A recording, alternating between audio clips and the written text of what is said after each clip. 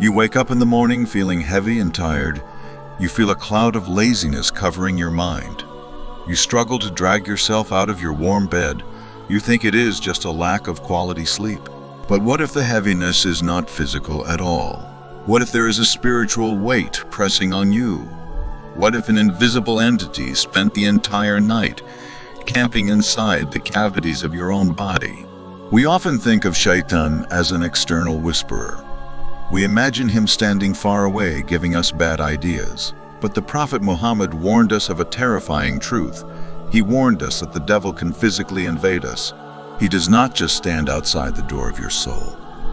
He has access to specific hiding places within your biology. He seeks out the dark and dirty and hollow areas, and he uses them as a base of operations against you. Today, we are going to expose these 3 hiding spots. We will look at the specific warnings from the Sunnah. We will learn why modern hygiene is not enough, and we will learn the rituals that flush him out.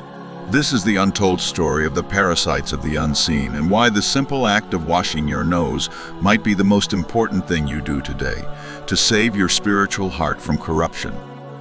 The first place is the most shocking and specific. It is a place right in the center of your face, a dark cavern that stays open while you are asleep. This is the upper part of the interior of your nose.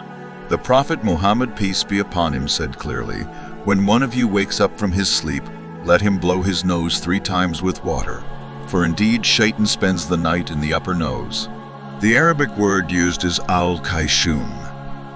This refers to the deep nasal cavity and cartilage.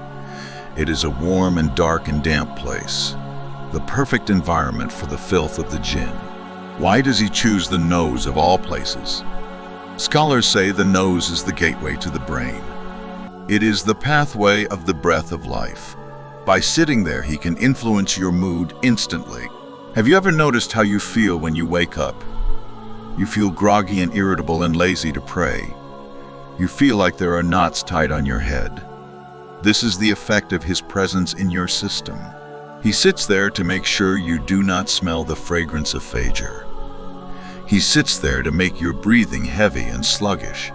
He sits there to block the clarity of your mind so that you miss the prayer and start the day weak. Most people wash their face when they wake up. They splash water on their eyes and cheeks quickly, but they forget the command to clean the inside. They leave the enemy sleeping comfortably in his nest. The cure is a process called istinthak.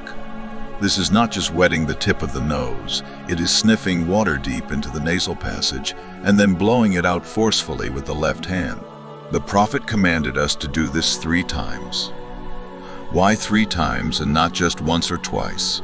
Because the first time might disturb him, but the 3rd time ensures he is completely evicted. When you do this properly, you feel a stinging sensation.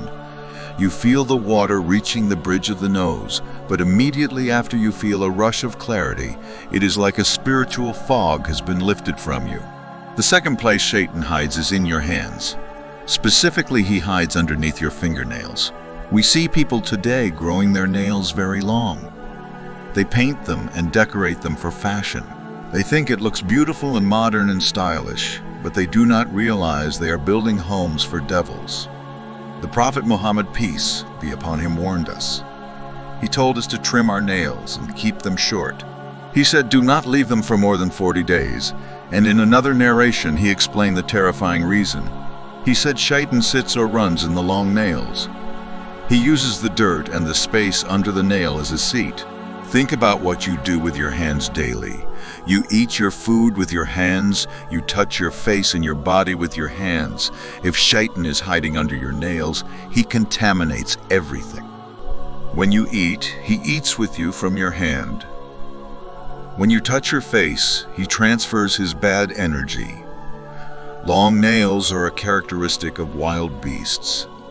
They are claws meant for tearing and killing. The fitra, or natural inclination of the human, is cleanliness. We are meant to differ from the wild animals. By growing claws, we are imitating the beasts, and we are inviting the devils to live on our fingertips. This is why the sunnah is to cut them weekly. usually on a Friday before the congregational prayer. It is a weekly demolition of the devil's housing. You are removing the filth where he loves to hide.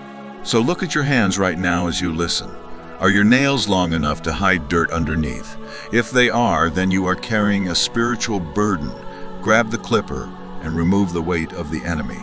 The third place is the most dangerous of all. It is not a single spot, but a highway system. It is the network that reaches every organ you have. Shaitan resides and flows in your bloodstream. The Prophet Muhammad, peace be upon him, declared, "Indeed, Shaitan flows through the son of Adam like the flowing of blood in the veins. This is the ultimate invasion of your privacy. He is not just on your skin or in your nose. He is inside the very fluid that keeps you alive. This allows him to reach the heart, which is the king, and it allows him to reach the brain, which is the general. How does he affect us through the blood? Scholars say he uses the blood to spike our emotions. When you get angry, your blood boils and face turns red. That heat is the presence of Shaitan surging in you. He uses the blood to transport desires and last. He pumps the hormones that make you commit sin. He races through your body to trigger your worst instincts. He creates a physical reaction to a spiritual temptation. This is why we are commanded to seek refuge in Allah. When we feel the sudden surge of anger, we say, "I swear by Allah, I will not let the devil rule," to cool down the blood and stop his circulation. But there is another powerful way to restrict him. The Prophet gave us a physical solution to this spiritual problem. He told us to narrow the passages of Shaitan by depriving the body of food and drink. This is the secret power of fasting. When you fast, your blood vessels constrict slightly. The energy derived from food decreases significantly, and the flow of Shaitan becomes restricted and difficult. He cannot race through your body with the same speed. He cannot trigger your lasts with the same power. That is why you feel peaceful when you are fasting, because you have put the enemy in a chokehold. Excessive eating and a full stomach strengthen him. When you are stuffed with food, you feel lazy. Your blood is focused on digestion and you feel heavy. Shaitan loves a body that is full and satisfied. He loves a body that is fueled by haram food. If your blood is produced from haram income, then Shaitan has total control over that blood. He can drive you to sin like a puppet master. So, these are the three bases of operation. The nose, where he destroys your morning energy. The nails, where he destroys your physical purity. And the blood, where he destroys your emotional control. The battle against Shaitan is not just theoretical. It is biological and physical and daily. You cannot fight an enemy you are hosting. You must evict him from your body first. So start your day with a weapon of water.